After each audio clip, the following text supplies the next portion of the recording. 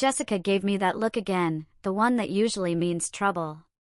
Every time I see it, I know something is coming, like the time she swiped my clothes while I was changing in gym class, leaving me stuck in the locker room. To this day, I still don't know how she got in and out of the boys' locker room without anyone noticing. Then there was the time she promised to sneak me into the girls' locker room. She convinced the other girls to pretend they didn't see me hiding, and I ended up being locked in there for an entire day. I had to hide for the next few classes and wait until the same period the following day to get out. Jessica has a mischievous side, and every time I see the look, I know she's about to pull something off. We've been through a lot together, and though she's not an evil person, her pranks are relentless. We've been friends since 6th grade, started dating in freshman year, and now we're about to graduate. We're deciding on a college to attend together, considering Furman University in South Carolina. It's a great art school, which fits her major interest, and it has an excellent computer science program, which is perfect for me. On the evening she returned from her trip to the Middle East, we were out having dinner to celebrate when I first noticed the look. "Why are you giving me that look?" I asked her halfway through the meal. "What look?" she replied, playing coy as always. I could tell she was up to something. "I'm just looking forward to going clubbing tonight." "Want to join?" "I'm not really into clubbing. I've only been to a couple of clubs here in Charlotte, and neither of them were really my scene. The first one was Scorpio, a gay club. I went twice for Halloween parties, which were amazing the first year, but not so much the second time. They'd made changes that I wasn't thrilled about, and the party felt lackluster. The other club was Club 2000, and I'd never go back. It's a place where people lose all sense of decency. It's not my idea of fun. I'd much rather hang out in a coffee shop. Clubbing just isn't my thing." "What did you have in mind?" I asked, hoping she'd suggest Scorpio over Club 2000. "Let's go to Club 2000, she said. "I got new clothes for us, and I'm eager to try them out." She leaned in and whispered, "I'll make sure it's a night you won't forget." Sighing, knowing I'd have to go, I resigned myself to the fact that tonight would likely be full of surprises. At least I had a chance to relax afterward, I thought to myself. "Promise you'll dress the part?" she asked, giving me one of those looks. "Yeah, I promise," I said. I hate when she makes me promise things, but I never break a promise. After dinner, we headed to her apartment, where I saw a purple shopping bag on the counter. I didn't think much of it, assuming it was the clothes she bought. I sat down on the couch, waiting for her to finish getting ready. "Jessie," she called from the bedroom, "bring me that shopping bag. I want to show you what I got." I grabbed the bag and went into the bedroom. She was in her bra and panties, and I couldn't help but feel excited. I was definitely looking forward to getting this clubbing thing over with, so we could just relax together afterward. She finished brushing her shoulder-length brown hair and leaned over the bed, where I had placed the bag. I couldn't help but notice the way her body moved, her curves were captivating, and the black satin thong she was wearing didn't help calm my racing thoughts. I just couldn't look away as she laid out the clothes she'd bought. She moved aside, and I watched as her chest shifted with every step she took. They were a perfect size, just enough to catch the eye without being too much. The black satin fabric of her top stretched across them. "What do you think?" she asked, pointing at the clothes laid out on the bed. There were two outfits. The first was a purple sequined halter top with a short skirt and matching purple thong. The other was a short silver dress that zipped from collar to hem, paired with a metallic panty. Both outfits came with 3-inch high-heeled shoes. I was relieved to see that both outfits had matching underwear, since the skirt and dress wouldn't provide much coverage. "You know, Jessica, I think you should wear the halter top and skirt.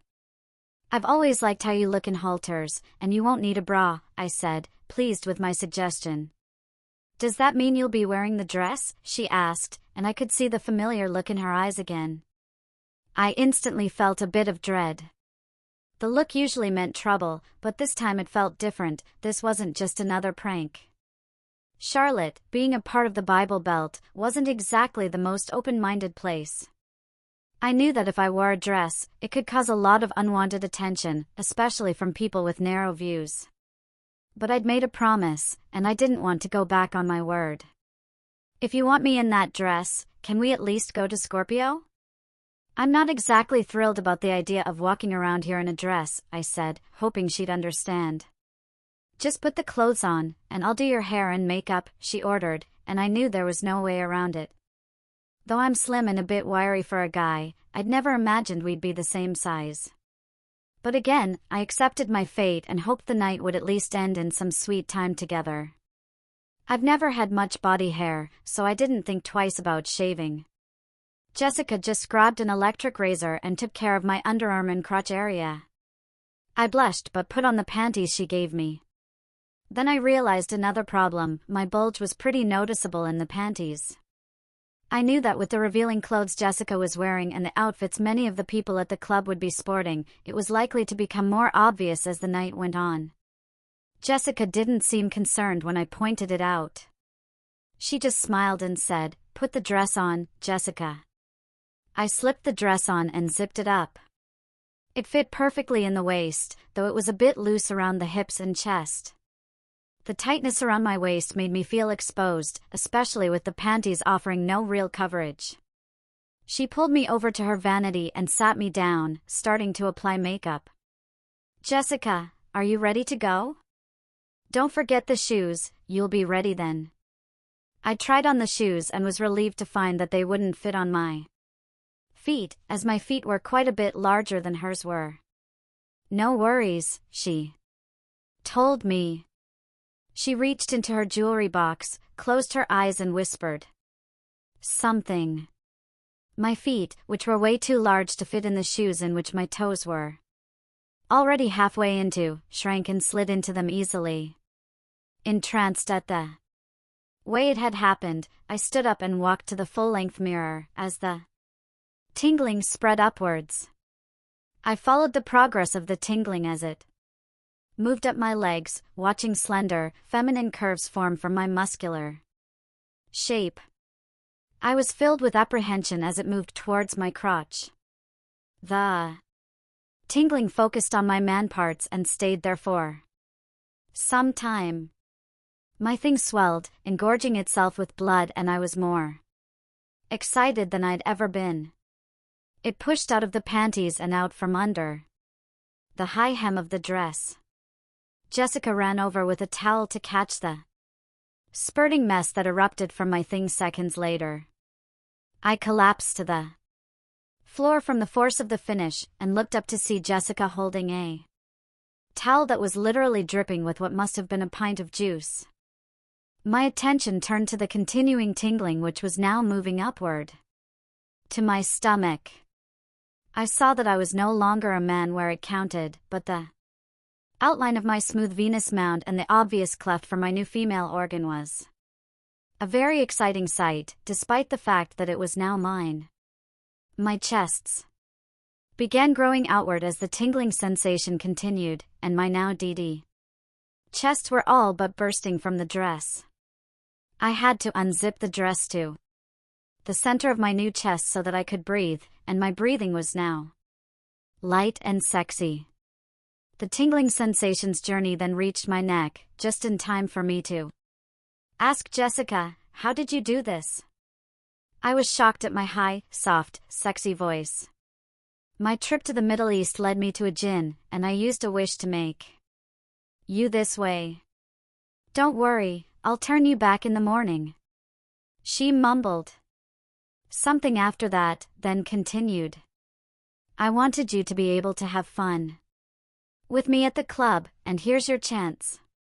The idea of you being in that sexy body turns me on, so you'll definitely get laid tonight." I never knew this would be so erotic. She trilled in delight. "Now that your hair is full length, let's get those sexy red locks done up and we'll be on our way." An hour later, we entered Club 2000. It was as horrible as I remembered. Rather unattractive young women were stripping on the dance floor, even though there was a strip joint adjacent to the club, one for either gender. The building smelled of sweat, vomit, stale cigarettes, and other unpleasant if unrecognizable odors. Every woman, regardless of level of attractiveness, was swarmed with excited young men grinding on the floor. Several dancing couples had given up dancing and had taken to having sex on the dance floor. Apparently, part of Jessica's wish was to make me comfortable with my new body, so I didn't really dwell on the fact that I wasn't a born woman. I did notice that I moved, spoke, and acted as if I had always been female. Jessica was feeling a bit generous and said we could sit at the bar for a few minutes. I ordered a margarita, and she had a Malibu and Coke. The bartender nodded and fixed the drinks. When he brought them, he pointed to two guys at the end of the bar. "It's on them," he said, and returned to his business. We mouthed our thanks to the guys and started talking. "What do you think, Jessica?" she asked me. "Is it better this way? You know how I hate this club. I don't want anything to do with these awful skanks in here. If I hadn't made a promise, I wouldn't be here. Wait until we start dancing. Come on." I turned up my margarita to smart to leave a drink alone and let her lead me out on the floor. We started dancing together like we always do when we're out, except I could see that my movements were more feminine and combined with my new curves. We were attracting a lot of looks. I stayed close to her, rubbing my feminine crotch up against Jessica's, hoping no one would find an opening to thrust themselves against me.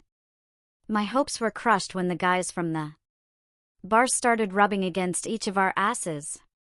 This was what I hated about this club, and now I was on the receiving end. The guy who attached himself to my rear had a painfully obvious hard-on, and I didn't particularly care for the way it nearly slipped under my dress. I could see for myself that Jessica was getting similar treatment, but she didn't appear to mind. She pulled me closer and whispered in my ear, "Yeah, it's a pain, but if you want to get laid, you'll dance with him. I want you to go all out, or you'll ruin my night. I'm sure you don't want me to leave you a woman." Frustrated and resigned, I kissed her and turned around to face my new dance partner. Feeling a soft rear against mine, I assumed Jessica had done the same.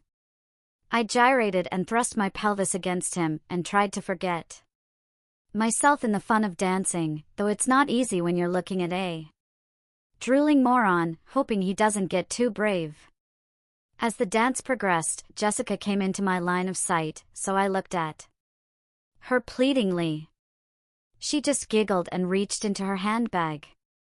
I saw her lips move and started to worry. Hoping nothing bad would happen to me, I turned my attention back to dancing with this loser. I looked up at him, and he smiled at me. My tummy felt warm and my crotch moistened. I found myself wanting to kiss him very badly. I didn't know what to think of myself, but I couldn't think about why I was feeling this way because the feeling was becoming strong enough to prevent me from doing much except fight it. The guy leaned down and whispered in my ear. "My name's Dave," he told me. And I shivered. I was lusting for this guy, and it was scaring me. Why was I suddenly attracted to a man? After a few seconds of resistance and thought, I realized that Jessica had made another wish. I knew then that trying to resist would be an exercise in futility, Borg. Images flashing through my head at the thought, but I was determined to try. I certainly didn't want to, sleep with this creep, and Jessica had made avoiding him nearly impossible for me. Of course, part of my mind wasn't helping with thoughts like, I'm just dancing. It won't lead to anything. Of course, I knew better in a club like this. But I couldn't help continuing my wild and desperate gyrations. And I was no longer completely disgusted by the hard shaft digging into my hips and legs. The more it touched me, the wetter I got. Finally, Dave got a bit too brave, and I'm fortunate that Jessica witnessed it. He turned me around with my back to him, apparently freed his thing, and tried to dry hump me from behind while groping my chests. I was too excited to resist, but Jessica came to my rescue. Dave seemed to disappear, but there was a small cylindrical object lying in the floor where he had stood. Jessica put it in her purse and asked if I was ready to leave. I thought about what I had almost done and nodded. We left the club and went straight home. I didn't say a word the entire drive, still ashamed that I'd almost let him do that to me. Jessica wasn't very talkative, but at least I didn't get the look. We got home, and I took a long, hot, steamy bath. I felt so dirty and I couldn't get rid of the feeling. I kept thinking about that horrible poking feeling and his dirty hands all over me, and the way I pressed myself against him. I didn't even stop to ask Jessica to change me back, I just scrubbed and scrubbed, hoping to feel clean. I'd been showering for 30 minutes when I heard Jessica come in and sit on the john, asking me if I wanted to talk about it. That was horrible, Jessica. You knew I hated that club, and you knew how people act in there. Why did you do that to me? I'm sorry, Jessica, but I just thought you'd have a good time. I didn't expect that to happen. Can you forgive me? She asked. I nodded, with tears in my eyes. I wonder if she could tell I was crying, being as wet as I was. Jessica left the bathroom, but I still didn't stop scrubbing until the hot water ran out. Jessica lent me a pair of her pajamas to relax in, and we both climbed into bed. Are you sure you're not up for a little fun, Jess? She asked. No, Jessica. I'm just not feeling well. I turned over, trying to fall asleep, though I was still a bit unsettled. Jessica didn't change me back into a guy until it was time for me to go back to work, and we never had that intimate moment we'd both been expecting. To be honest, we still haven't. Our relationship hasn't been the same since then, and we've started growing apart. At least, she hasn't brought up going clubbing again. If you appreciated this story and wish to show your support, please consider leaving a like and subscribing to my channel.